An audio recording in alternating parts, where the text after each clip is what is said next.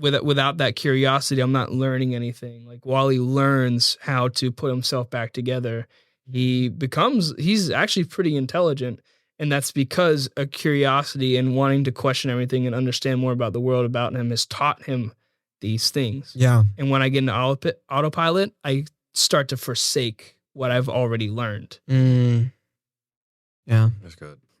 Hopefully my curiosity in my life has spread to some people and helped, because what I like is that's what gets the captain to break away from his autopilot. Yeah. Because he's this close to just not even caring until the word Earth comes up.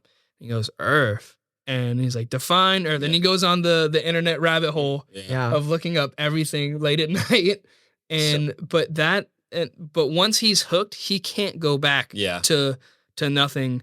I know Derek and I talked about this, but he goes, I can't do nothing. That's all I've ever done. That's all anyone on this blasted ship has done for 700 years is nothing. Yeah. And I think Otto says it's easier the Shelby Forthright says it's easier to just stay in space and rather than clean up this mess, it's just easier this way. Yeah. And Otto says this way humanity will survive.